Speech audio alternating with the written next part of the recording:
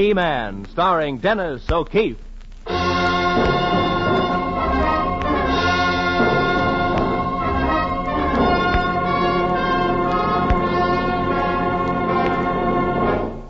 T-Man, the law enforcement agent at the Treasury Department. Skilled fighter against crime, relentless enemy of the underworld. T-Man, Steve Larson, played by Dennis O'Keefe.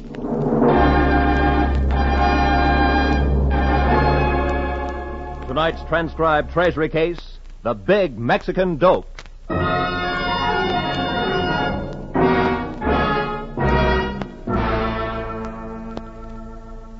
There is one crime the T-Man hates above all the others he is obliged to fight. That's narcotics smuggling. The traffic in human souls, which is endless and endlessly battled by the Treasury enforcement agents. A loathsome, sordid commerce, employing the lowest kind of criminal, like these three walking down a moonless street in the border town of Mexicali. It is the third house there on the left, the one with the adobe wall and the cactus. And you're certain he's in there? Pues si, senor. Since 9 tonight he's there. The last one. And when he is gone... Very well. You keep a lookout, Jose. We'll be right back. Está bien. Vámonos, Vicente. Sí, señor.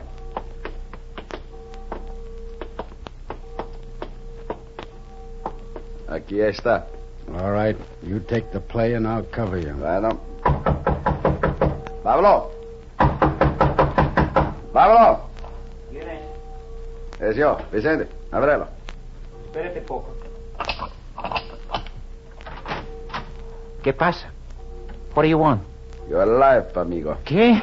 No, wait, Vincent. It's all a mistake. Go on, take him. No.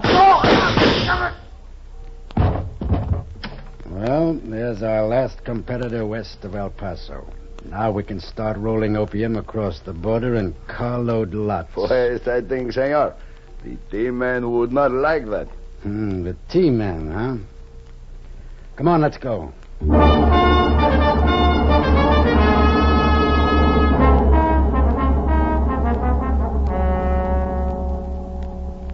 Pablo Valdez was dead.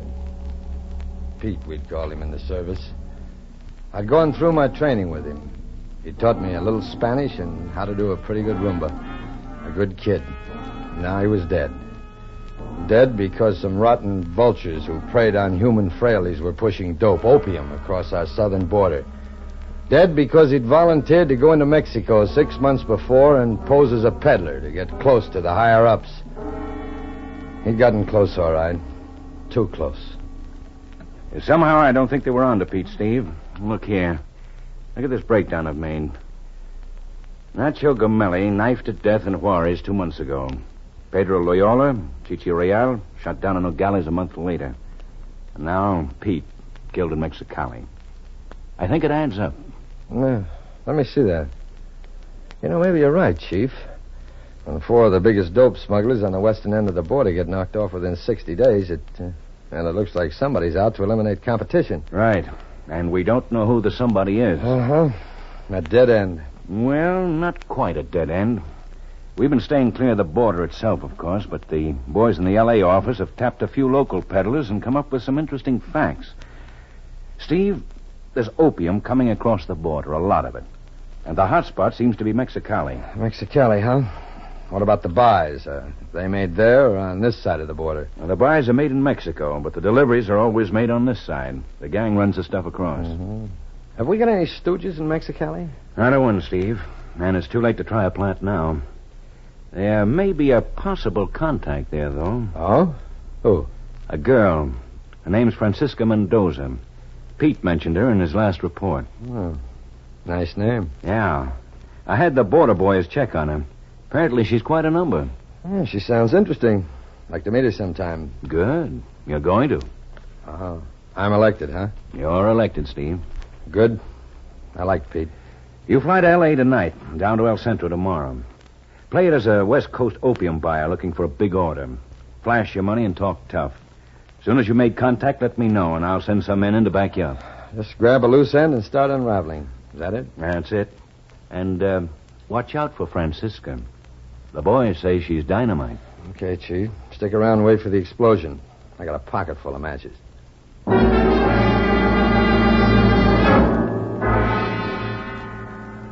When you play it as an opium buyer or on any other undercover job, you don't just waltz in and introduce yourself. You've got to give yourself a background. So for the next month, I hung around L.A. posing as one Ray Lucas, big-time dope buyer just recently out from the East. I had myself picked up 3 times by the narcotics boys and once by the local police, and each time released for lack of evidence. So it was almost 6 weeks later that Washington got my coded message saying I was moving in, going to try to make contact with a feminine bundle of dynamite named Francisca. I checked into the Barbara Worth Hotel in El Centro at 2:30 the next afternoon and took a taxi down to Mexicali, 8 miles south and just across the border. And for the next 2 days, I sat in bars and dives performing the pleasant task of flirting with pretty girls I thought might be Francisca. I met Juanitas, Rositas, Chiquitas, and Marquitas. Got asked outside twice by angry escorts and had my face slapped once. Not a bad average, but no Francisca. And so far, no dynamite and no contacts. Then on my 3rd day in the Estrella Saloon, just as siesta was breaking, my philandering paid off. Buenas tardes, Senator. ¿Cómo está, Francisca? ¿Qué quieres? Lo mismo. Oh, the boys were right. She was dynamite. Oh, a bartender. Sí, señor. I wonder if the young lady would mind if I paid for a drink. ¿Quién sabe? Francisca. Why not? Gracias, señor. Oh, it's nothing. Pleasure's mine. I'm Ray Lucas from Los Angeles. Oh? My name is Francisca Mendoza. I'm glad to know you, Miss Mendoza. Mind if I join you? As you wish, Senor Lucas. You are buying the drink. Oh, thanks. Here you are, bartender. Senor, this is a very large bill. I do not have so much change in American money. Oh, that's all right. Keep it. Pues gracias, senor. Nice little town you've got here, Miss Mendoza. You have not been here before? Not for some time. I usually do business in L.A., but my man hasn't shown up for a while. Came down here trying to locate him. I see. Say, hey, you live here. Maybe you've heard of him. Pablo Valdez? Pablo Valdez. Yeah. You happen to know him? Pues, sí, senor. I know Pablo. Good. Where can I find him? I've looked all over town. Well, I have not seen Pablo for some time now. Well, he does live here somewhere, doesn't he? I think so. What business are you in, Senor Lucas? Oh, I'm a buyer, you might say. I see. Yeah. I'd sure like to find Pablo. I've got orders backing up on me. I can't fill them. Senor, it may be possible that I know someone else who could help you. Someone besides Pablo. Oh, no, I don't think so. I'm afraid you don't understand. I understand. Perfectly, senor. You come here tonight at 8 o'clock. Do you, understand that I'm a buyer and, what I'm buying? Seguro. At 8 o'clock, senor. ¿Está bien? All right. Contact. I dropped a $20 bill to a bartender, mentioned a dead man's name, and it had worked. But a first contact with a small-time runner like Francisca is one thing, and the final payoff is another. And there's usually a long, rough road between, a road where you go around every curve blind.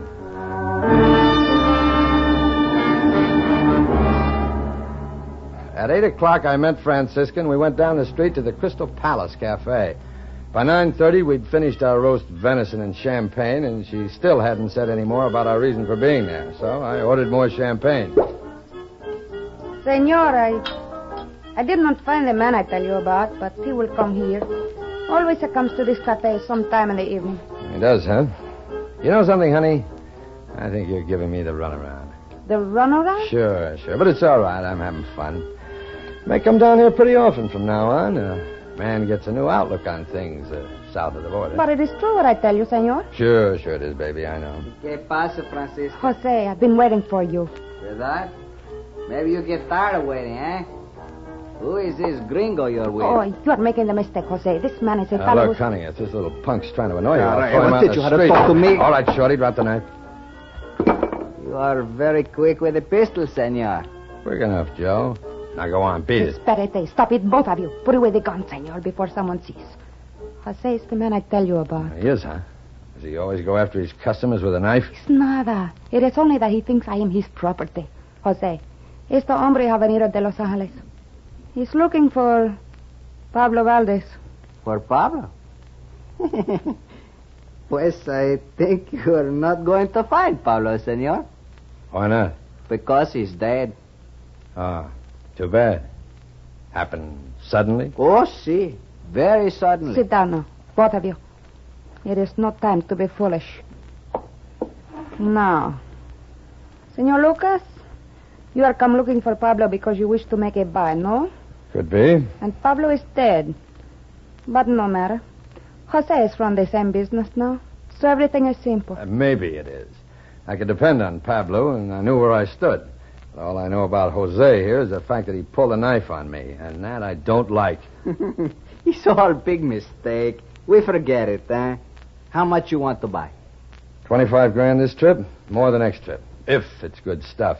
It's the only kind I handle. It's good, senor. It's the best. How will I know? You want sample, eh? Do I look crazy enough to make a buy without one? Where you stay? Across the border in El Centro, Barbara Worth. Bueno. Entonces you wait at the hotel at 7 o'clock tomorrow night, and Francisca will bring you a sample. Francisca, huh?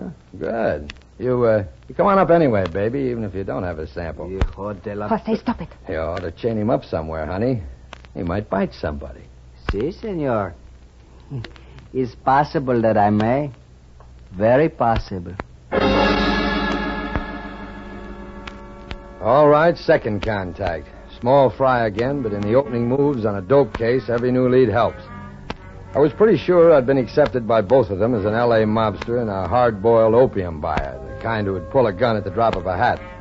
I deliberately played on Jose's jealousy, hoping he'd get so sore that Francisca would take me past him to the next man higher up in order to avoid losing the sale. So far, things looked good, and they kept on looking good until 7 o'clock the next evening. Then the whole pitch fell apart. Francisca didn't show up. 8 o'clock came, 9 o'clock, and she still hadn't shown. 9:40, the phone rang, and the operator put through a call from Washington. The chief was on the line. Okay to talk, Steve? Yeah, I'm alone. Go ahead. Well, listen. I've moved in some of the boys in case you need help. Zach Wheaton and Roy Linville have checked into the Imperial Hotel in Brawley. Zach's in touch with 2 men from the El Paso office standing by at Yuma. All right, Chief. With you at El Centro, that blocks the section off pretty well. Call Zach when you're ready for a push. Okay, and thanks for the assist. Not at all, Steve. Good luck.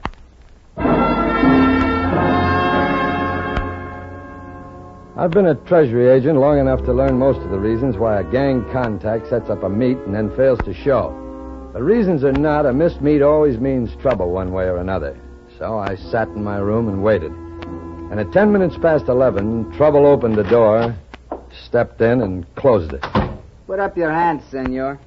Oh, traded the knife for a gun, huh?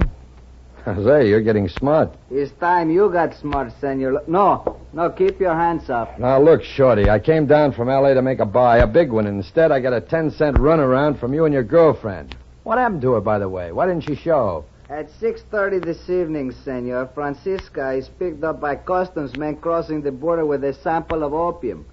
She is in Calexico jail. I take your gun now, senor. Slip up. Some bright lad in the Border Patrol hadn't been notified. My contact was under arrest, and the whole gang was probably jittery from the top to the bottom. And on top of it all, Jose had my gun. Any way I played it, things were bound to be tougher. It was either dead Pan or dead man, and the odds weren't too good. Maybe you tell me how that happened, huh? Yeah, and maybe not. I don't think it did happen. It happened. Maybe you give them how you say, tip-off? Oh, sure. They're all good friends of mine. Es posible. Y también that maybe you are T-Man? T-Man? Oh, Joe, you're a comic. The boys at Leavenworth would get a big charge out of that one. Go on now, blow. Beat it. Find yourself another sucker. The deal's off. Senor, I think it's a good idea that you come, too. Sorry, Mac. The only place I'm going is L.A. on the next plane. Vamos a ver. First you come talk to boss, then maybe you no go any place. Maybe you go see Pablo Valdez. Pablo? I thought you said he was dead. Si, senor. You turn around. I walk the door. Vámonos. I knew what was coming, and I knew I had to let it come, but knowing didn't make it any easier to take. And now, senor... Véngase, Nacho. We carry him down the fire escape. Vámonos.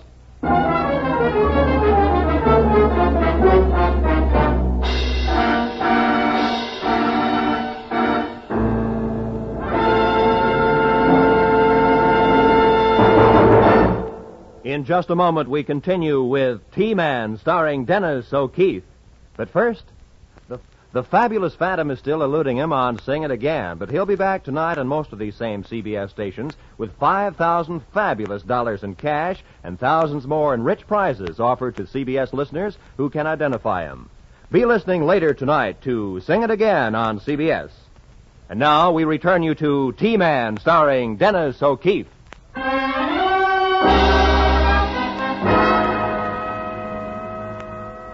When I came to, I could feel the jolting of an automobile traveling fast. It was pitch dark and stuffy, and it took me a few seconds to realize I was inside of a box. 5 minutes later, I'd made enough noise to get the car stopped, and Jose and a zombie-faced pal pried the lid off and let me out. Then I could see we were riding in a hearse, and the box was a coffin. I was still groggy from the slugging, and at the moment the thing didn't make sense. But later, when we pulled up in front of a business establishment on the outskirts of Mexicali, it did make sense. Bueno, senor, aquí estamos. Get out. Now, don't forget things, Joe. You dug your grave with that slugging. Get out. Okay, why not? Vámonos. Except for the tolling of a church bell off somewhere in the distance, the whole town was sleeping like the dead. As we came near the building, I saw the sign on the front. Sleeping like the dead seemed to be very appropriate. The sign read, Madero's Funeral Parlor. Bueno, we go in. Aquí estamos, senor Madero. Buenas noches, senores. You are Senor Lucas, I believe. Yeah, that's right. Vicente Madero, senor. I'm so happy to know you. There you are, huh? Is that why you had your sawed-off watchdog slug me? Jose, I'm surprised at you. Why you do such a thing to Senor Lucas? Pues, you say bring him back, you know, say... Quiet! My apologies, senor. Jose sometimes grows over-enthusiastic. Yeah, that's something I'm going to talk to him about when I get the chance. Senor Madero, I think you make big mistake to trust this man. Now I ask you to think, Jose. Get out. I wish to talk with Senor Lucas alone. Ándale. Si, senor. It is most unfortunate you made contact with Francisca and Jose, Senor Lucas. They are stupid and mostly deal only with the small buyers. Well, as far as I'm concerned, the buyer's off. Even if you guys are on the level, which I very much doubt. Well, in that regard, Senor Lucas, perhaps I can convince you. I understand you are an authority on opium. At least that is what I hear from my people in L.A. You heard right. Have a look at this. Wow.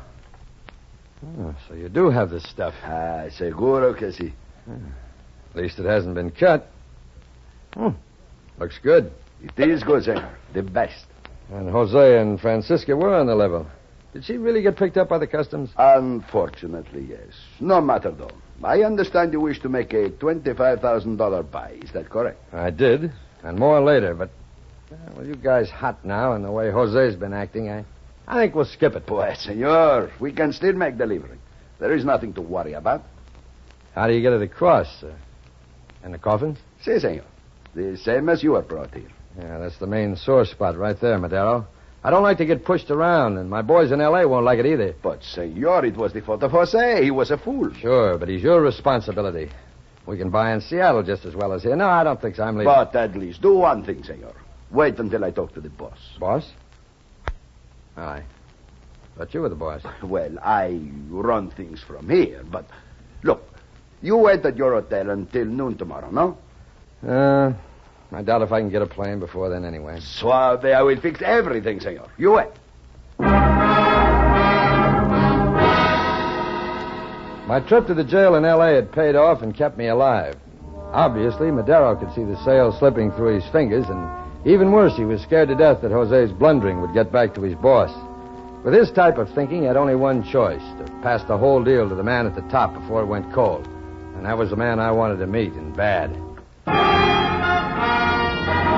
And meet him I did, at 9 o'clock the next morning, at my hotel.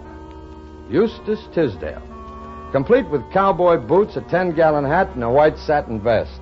I expected a howdy, partner, but when he opened his mouth, that wasn't what came out.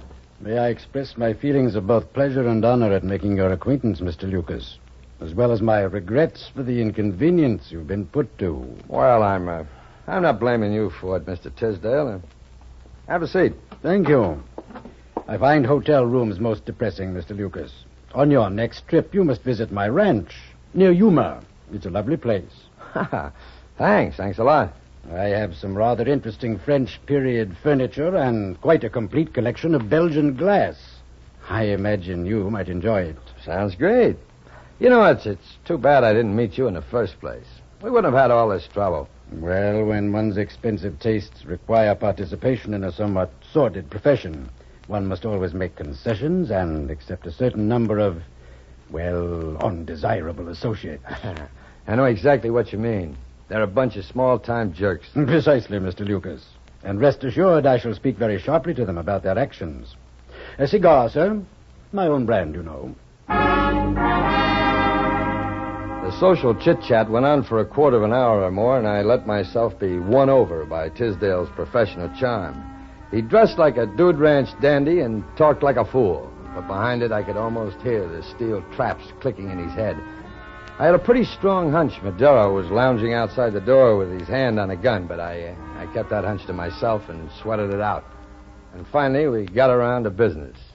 I'm sure you understand that we must exercise a certain degree of caution, Mr. Lucas.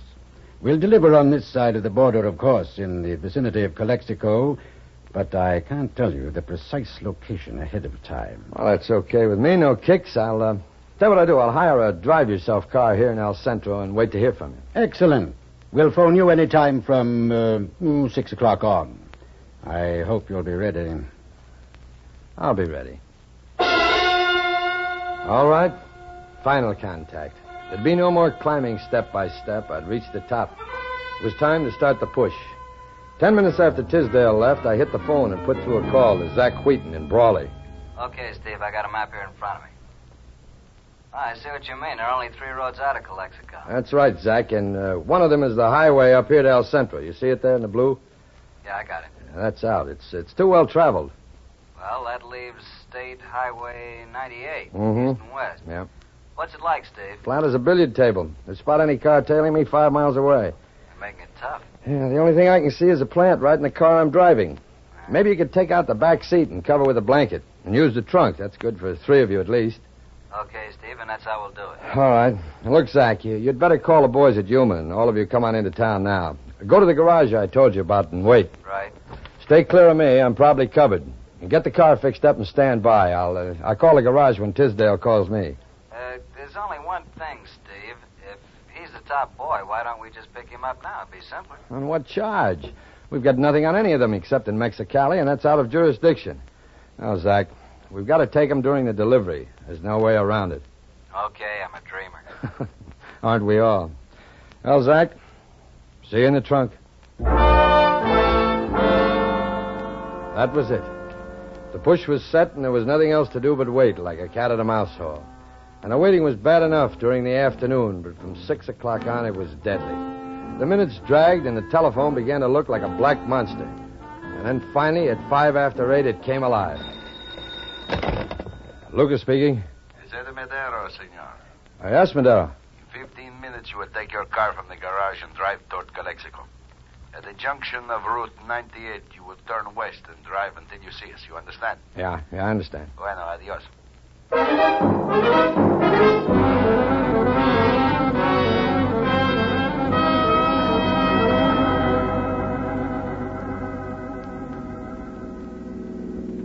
Zach? Can you hear me? Yes, Dave, what is it? Car parked up ahead beside a bridge. Maybe them. Good. Sooner the better. Yeah. Be dark in another 10 minutes. How's it under the blanket? Hot. It'll be hotter when you come out. It's them, all right. Tisdale's standing in the road. I can see that white jacket of his. That other character still behind us? Jose? Yeah, I can see him back there about a half a mile. Okay, I'm going to stop short of the bridge here. I'll bring him back to the car for the money. You got the signal? Yeah.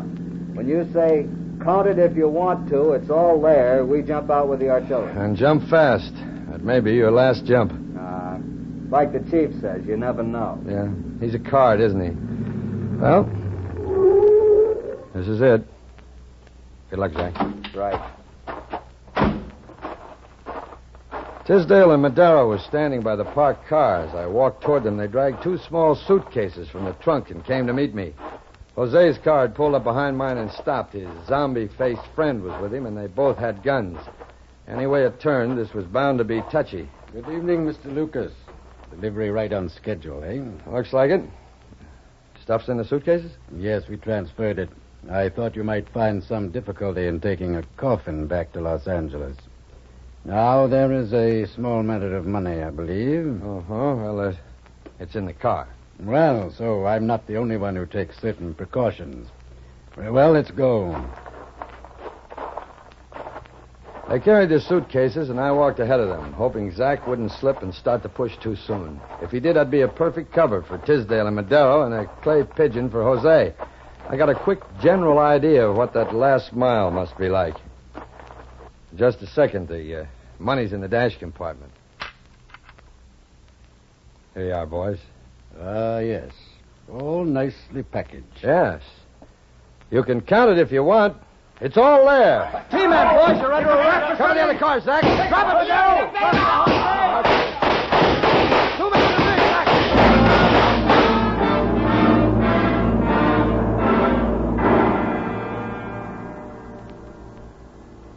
Well, Madero was dead. Jose was dead. Nachos was dead. One of the men on the bridge was shot in the leg and the other through the arm. But Tisdale, the brains and the boss, was intact and in handcuffs. It was a clean sweep. Although in a dope case, clean may not be quite the word. Anyway, it led to the same old routine, the nearest telephone booth. I had a feeling that Pete would rest more peacefully now, and I knew we'd stopped a lot of killing of another kind. A slower death, maybe, but more deadly and terrible than any kind of gun or weapon ever invented by man. Long distance? Connect me with the Treasury Department, Enforcement Division, Washington, D.C., Office of the Chief Investigator. Official business.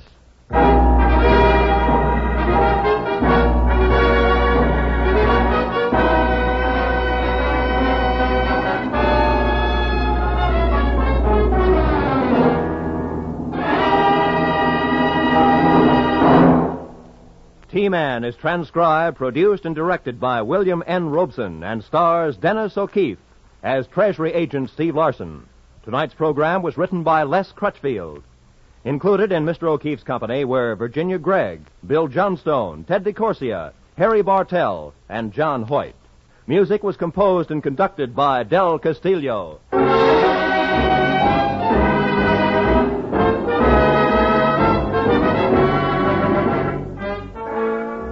Be with us again next week at this time when T-Man Steve Larson, played by Dennis O'Keefe, solves the case of the Crooked R, which begins with a crank letter in Washington and ends with a crackpot hillbilly in the Ozarks. Next week, same time, same station for T-Man, starring Dennis O'Keefe.